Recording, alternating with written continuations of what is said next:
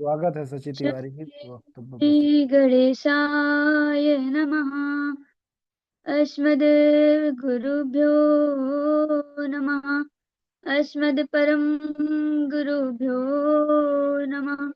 अस्मद्सर्वगुरुभ्यो नमः।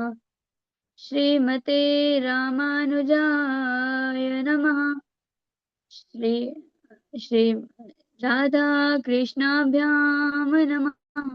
श्रीमते रामानुजाय नमः। लंबोदरं परमसुन्दरमेकदन्तं पीताम्बरं त्रिनयनं परमं पवित्रम् ओदैर्दिवाकरनिभोज्वलकान्तिकान्तं विघ्नेश्वरं सकलविघ्नहरं नमामि। अखण्डमण्डलाकारं व्याप्तमेन चराचरं तत्पदं दर्शितं येन तस्मै श्रीगुरुवे नमः। नारायणं नमस्कृत्य नरं चैव नरोत्तमं देवीं सरस्वतीं व्यासं ततो जयमुदीरयेत्। जयतु देवो देवकीनन्दनोऽयं जयतु कृष्णो वृषभवंशप्रदीपः। जयतु मेघश्यामला कोमलांगा। जयतु पृथ्वीभारनाशो मुकुन्दः। वरहापीडं नटवरवपुः कर्णयो कर्णिकारं बिभ्रद्वासा कनककपिशं वैजयन्तीं च मालां।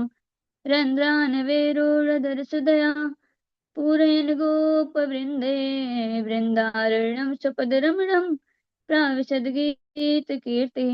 श्रीराम राम रघुनन्दन राम राम। श्रीराम भरताग्रज राम राम। श्रीराम रणकर्कश राम राम। श्रीराम शरणं भव राम राम। श्रीरामचन्द्र चरणो मनसा स्मरामि। श्रीरामचन्द्र चरणो वचसा गृह्णामि। श्रीरामचन्द्र चरणो शिरसा नमामि। श्रीरामचन्द्र चरणो शरणं प्रपद्ये। माता रामो मत् पिता रामचन्द्रो स्वामी रामो मत् सखा रामचन्द्र। सर्वस्व मे रामचन्द्रो दयालु। नान्यं जाने नैव जाने न जाने। रामाय रामभद्राय रामचन्द्राय वेदसे रघुनाथाय नाथाय सीताय पतये नमः। अञ्जनानन्दनं वीरं जानकी शोकनाशनम् अञ्जनानन्दनं वीरं जानकी शोकनाशनं कपीशमक्षहन्तारं वन्दे लङ्का भयङ्करम्। भक्ति भगवंत गुरु चतुरनाम वपु एक। इनके पद वंदन किए नासत विघ्न अनेक।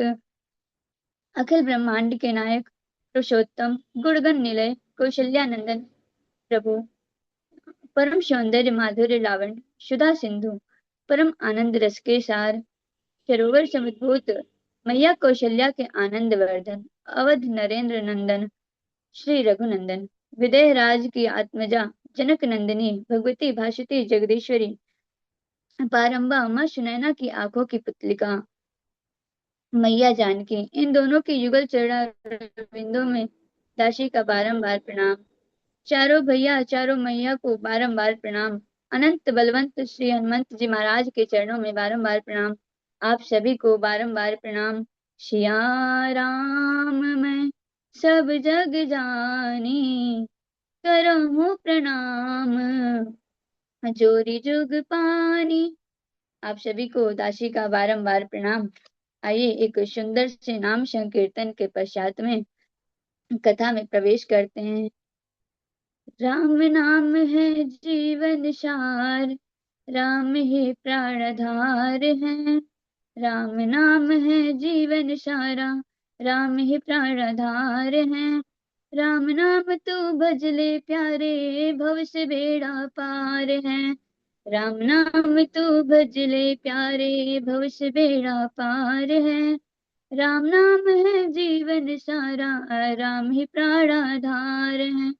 राम नाम है एक तपस्या राम ही जग का सार है, राम नाम है एक तपस्या, राम ही जग का सार है, राम नाम है जीवन सारा, राम ही प्राण आधार है, राम नाम है जीवन सारा, राम ही प्राण आधार है, राम कथा है मंगल करनी, कलिमल हरने वाली है, राम कथा है मंगल करनी, कलिमल हरने वाली है, राम नाम की महिमा भारी, राम ही शक्तिशाली है, राम नाम की महिमा भारी, राम ही शक्तिशाली है, राम कथा नित हनुमत गाते, शिव शनकादिक शीस झुकाते, राम कथा नित शिव जी गाते, शिव शनकादिक शीस झुकाते, राम का प्याला पी ले प्यारे, इस जीवन का उद्धार है, राम का प्याला पी ले प्यारे, इस जीवन का उद्धार है, राम नाम तू भज ले प्यारे, भव से बेड़ा पार है, राम नाम तू भज ले प्यारे, भव से बेड़ा पार है, राम नाम है जीवन सारा, राम ही प्राणाधार है, राम नाम है जीवन सारा, राम ही प्राणाधार है, बोलो राम राम राम, बोलो राम राम राम, जय जय राम राम राम, सीता राम राम राम, बोले श्यावर रामचंद्र भगवान की जय, माँ जनक जननी मैया की जय, माँ जानकी की जय, हनुमंत लला महाराज की जय। आइए कथा में प्रवेश करते हैं। महाराज ये जो कथा है वह बड़ी पावन है। इस कथा यात्रा में प्रवेश करते हुए आइए ये जो कथा हम सबको प्राप्त हो रही है महाराज, वह हमें किस भांति से प्राप्त हो रही है, सर्वप्रथम हम यह समझते हैं। ये जो कथा है वह हम सभी को बड़े ही सुगमता से प्राप्त हो रही है, किंतु ये कब प्राप्त होती है हमें महाराज? ये कथा हमें तब प्राप्त होती है जब हमें कृपा पे भी कृपा, जब हमारे ऊपर प्रभु की कृपा में भी कृपा होती है, अर्थात जब हमारे ऊपर विशेष कृपा होती है तब हमें प्रभु की कथा प्राप्त होती है। हमारे जो भोले बाबा है वे मैया पार्वती से कह रहे हैं, अति हरि कृपा जाहि पर होई, पाँव दे अहि मार्ग सोई। एक होती है महाराज सामान्य कृपा, सामान्य कृपा से हमें यह संसार मिलता है, हमें जो पद प्रतिष्ठा होती है, मान सम्मान होता है, धन दौलत होती है इत्यादि मिलती है, किंतु हमें उससे भगवत कथा नहीं प्राप्त होती। भागवतिक कथा और प्रभु की कथा तो हमें मात्र विशेष कृपा से ही प्राप्त होती है, और हम सब बड़भागी हैं जो हमें प्रभु की विशेष कृपा प्राप्त है। हम सभी नित्य कथा में रहते हैं, और इस टेक्निकल युग में जहाँ बच्चे फोन के नाना प्रकार के दुरुपयोग भी करते हैं, वहीं पे हम सभी लोग अपने चित्त को प्रभु के कथा में अर्पित करते हैं। ये बड़ी ही हम लोगों पे बड़ी भारी कृपा है प्रभु की। ये जो प्रभु श्री राम जी की कथा है ना, उसकी बड़ी ही भारी महिमा है महाराज।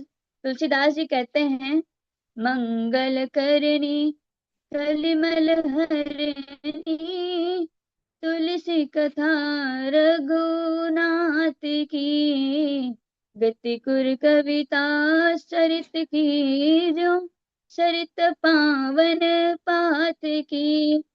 तुलसीदास जी कहते हैं कि ये जो रघुनाथ जी की कथा है महाराज, वे कल्याण करने वाले व परम कल्याणकारी हैं, और कलयुग में जो कली रूपी मल है, अर्थात काम क्रोध मोह ईर्ष्या दंभ पाखंडी, इन सभी को हनन करने वाली हैं, सभी को नष्ट करने वाली हैं।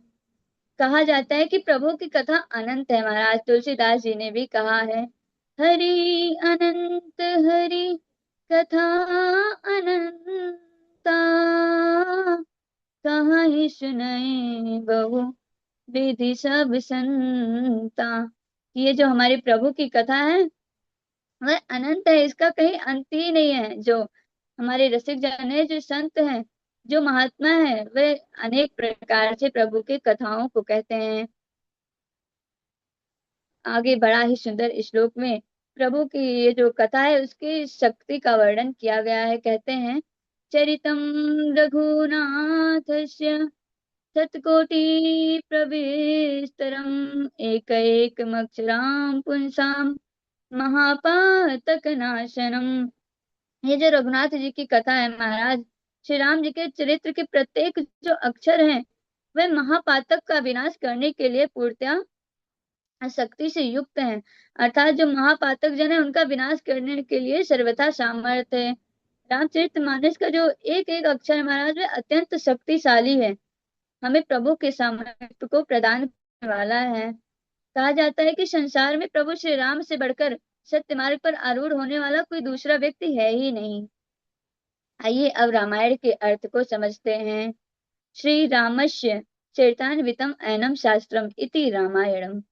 कहा जाता है जो हमें रामचरितमानस से संयुक्त शास्त्र, रामचरितमानस से संयुक्त शास्त्र जो होता है उसका नाम रामायण है। सरल शब्दों में यदि कहें तो रामायण का सीधा अर्थ यह है महाराज कि राम जी का अयन अर्थात राम जी का घर जिसमें प्रभु श्री राम सपरिकर निवास करते हैं उसी को हम रामचरितमानस कहते हैं।